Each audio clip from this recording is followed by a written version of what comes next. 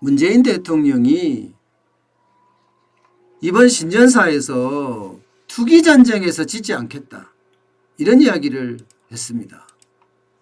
투기전쟁에서 지지 않겠다 이 이야기는요, 결국은 부동산 쪽의 규제를 더 강화하지 않겠느냐 하는 예상을 할 수가 있습니다. 그것도 문재인 대통령의 신년사에서 나온 이야기거든요. 여러분 아시겠지만 언론 보도를 통해서는 투기전쟁, 투기세력과 전쟁하겠다 이런 이야기가 많이 나왔었지만 정부나 혹은 국토부나 혹은 청와대나 혹은 기획재정부에서 투기세력과 전쟁하겠다 이런 용어는 안 썼단 말이에요. 근데 이런 용어를 썼다는 것은 굉장히 강력한 더 규제를 하지 않겠느냐 이렇게 예상을 하고 있거든요. 이 내용은 보면 노무현 정부, 참여정부하고 좀 비슷한 모양새로 지금 가고 있습니다. 2005년 2월인가요? 노무현 전 대통령이 2주년을 맞아서 국회에서 국정연설을 했었거든요. 이때 바로 부동산 문제는 투기와 전쟁을 해서라도 반드시 안정시키겠다. 예, 투기 조짐이 있을 때마다 모든 수단을 동원해서 반드시 막겠다. 이런 이야기를 했었거든요. 아마 그런 연장선상에서 이해할 수가 있을 것 같습니다. 문재인 정부 들어서도 부동산 정책을 지금 몇 번 냈어요 벌써? 18번인가요? 그렇게 부동산 정책을 냈죠. 지난달이죠. 지난달 12월 12일 날 대책, 12월 16일 날 대책, 12, 16조 대책이 굉장히 또 강력했습니다. 여기에는 보유세를 강화하면서 양도세를 좀 더 풀어줘서 다주택자들 집을 판다 이런 이야기가 좀 있었지만 사실은 다주택자들 지금 집 안 팔고 있어요. 집값이 계속 올라가니까. 그러면 과연 어떻게 될 건가? 어떤 쪽을 더 강화를 할 것인가? 그게 아마 앞으로의 어떤 요소가 아닐까. 그 규제에 대한 이야기가 그쪽으로 더 많이 나올 거라는 얘기죠. 기본적으로는 저는 그렇게 생각을 합니다. 투기적 수요에 대해서는 앞으로 더 많은 규제가 더 나올 거예요. 앞서 제가 말씀드렸던 것처럼 집값 조달 계획서를 아주 촘촘히 꼼꼼히 써라고 이야기하잖아요. 그러면 돈이 어디서 나오는지 출처도 보게 되고 정부 입장에서는 일거양득이에요. 하나는 세무조사의 어떤 자료가 될 수도 있고요. 다 까놓으니까 말입니다. 또 하나는요.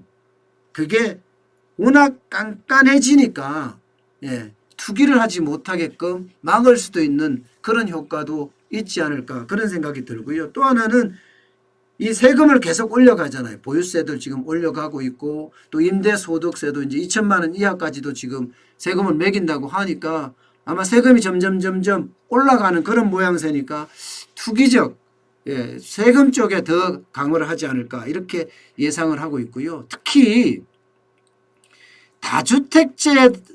다주택자들에 대한 공세가 굉장히 강화되지 않을까 이런 예상들을 지금 많이 하고들 있습니다. 예를 들어서요. 지금 목동 쪽은 난리거든요. 집값이 연일 오른다고 해요.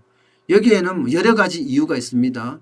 기본적으로는 목동 쪽에는 학군 때문에 자유형 사립고 사실 없어지고 외고 없어지고 다 폐지한다고 했잖아요. 그러면서 정시가 확대되거든요. 그러면 목동 주변에 이제 고등학교들이 많으니까 목동에 가서 학교를 다녀야 되겠다 하는 사람들이 굉장히 많아질 거 아니에요? 그러니까 전세도 거기는 품귀 현상이 일어날 정도로 어려워지잖아요. 당연히 집값은 지금 올라가고 있고요. 때문에 이런 곳에 대해서는 뭐 재건축 연한을 지금 30년에서 40년으로 확대하는 뭐 이런 대책도 나오지 않을까 이렇게 예상을 하고 있고요. 이게 꼭 거기만 그런 것이 아니라 강남에도 마찬가지일 거예요. 강남에도 아마 그 재건축 이슈가 있는 곳들 뭐 잠실 주공 5단지라든가 엄마 아파트라든가 뭐 등등이요. 이런 쪽에 대한 것도 현행 재건축 연한을 뭐 30년에서 40년으로 더 확대하는 그런 방안도 나오지 않을까 이렇게 예상을 하고 있고요. 또한 실거주가 하지 않잖아. 실거주하지 않고 부동산을 어떤 보유 목적 내지는 투기 목적에서 갖고 있다 했을 때는 세금으로 더 강화를 할 거다. 보유세를 더 올린다든가 공시지가를 지금 올리면서 지금 세금이 계속 올라가잖아요. 그러면 한 채 가지고 있는 사람에도 사실은 지금 부담돼요. 왜? 15억 이상 아파트를 가지고 있는 사람 굉장히 부담이 되거든요. 그런데 이 부분에 대해서도 좀 강력하게 하겠다 하는 이야기들이 좀 더 나올 수 있을 것 같고요. 전매 제한에 대해서도요. 뭐 예를 들어서 신규 아파트를 내가 분양받았을 때 전매 제한을 뭐 5년, 10년, 10년까지도 막 묻겠다 이렇게 이야기하니까 그 전매 제한에 대한 것도 더 강화할 가능성이 크고요. 실거주 의무 기간도 뭐 2년 하다가 뭐 5년 하다가 이렇게 더 연장할 수 있는 그런 방안도 많이 나오지 않을까 그렇게 예상을 하고 있습니다. 여러분, 저는 부동산에 대해서는요. 기본적으로 정부의 정책이 엇나갔다. 예. 현실과 너무 동떨어진 정책을 펴고 있다. 이렇게 생각을 합니다. 늘 제가 여러분들하고 말씀을 드린 그 핵심 내용들을 보면요. 부동산 정책에 있어서는요. 분명히 수요와 공급의 법칙을 아주 철저하게 지켰어야 해요. 지금 벌써요. 주택 공급에 대한 어떤 불안 때문에 수요자들은 자꾸 집을 강남에다 사는 경우가 생긴단 말이에요. 그러니까 집값이 계속 올라가거든요. 생각을 해보세요. 수요는 굉장히 많아지고 있는데 공급은 그만큼 떨어진다고 하면 집값은 올라가게 되어 있는 것 아니겠습니까? 그래서 저는 부동산 정책에 대한 그 대전환이 일어나야 된다고 생각합니다. 이대로 계속 규제 일변도로 가잖아요. 그러면 시장은 점점 왜곡됩니다. 게다가 김현미 국토부 장관이 계속해서 오래 한다고 이야기할 정도로 그러면 앞으로 규제도 더 많이 하겠다. 뭐 이런 생각 아니겠습니까? 그렇다고 한다면 부동산 시장의 왜곡은 점점 더 커지지 않을까. 저는 그런 생각을 해봅니다. 부동산이라는 게요. 여러분도 알다시피 이게 내수를 어느 정도 뒷받침해 주는 큰 요소가 됩니다. 과거 정부들은 부동산을 통해서 사실은 경기 부양을 많이 했었어요. 왜냐하면 부동산 규제를 풀어줌으로 해서 거래가 활성화가 되고 거래가 활성화가 되면 이사를 할 거 아니에요. 양쪽에.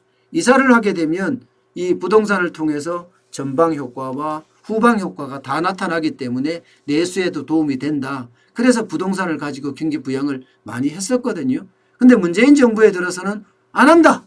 우리는 부동산으로 경기 부양을 안 하겠다 하고 선언을 했습니다. 실제로 그걸 벌써 2년 반 이상 추진해 오고 있고요. 그러다 보니까 내수도 덩달아서 꼬꾸라진 것 아닌가 그렇게 보고 있습니다. 사실 문재인 정부가 출범할 때는요. 세계 경제가 참 좋았어요. 예. 뭐 미국 경제만 하더라도 나 홀로 호황이다 뭐 이렇게까지 이야기할 정도로 좋았고요. 뭐 우리나라는 2017년 18년을 거치면 18년까지만 하더라도 경기가 뭐 엄청나게 올라갔죠. 수출이 6천억 달러가 넘어서고요. 그다음에 이익이 말입니다. 수출 이익이 500억 달러가 넘어설 정도로 2018년은 참 좋았거든요. 실제 경기 정점이 2017년 9월이었다고 해요. 그때부터 내리막이었지만 그 실질적인 효과는 2018년에 다 가져왔습니다. 제가 여러분들한테 늘 말씀드렸던 거 있습니다. 2018년이 대한민국 경제 역사상 유사 이래 가장 정점의 어떤 그 경제 성과를 이룬 해가 아닐까 그렇게 말씀을 드린 적이 있습니다. 실제로 그런 일이 안 일어나길 바라지만 그렇게 점점 가고 있다는 게 더 불안하게 만드는 요소가 아닌가 싶습니다.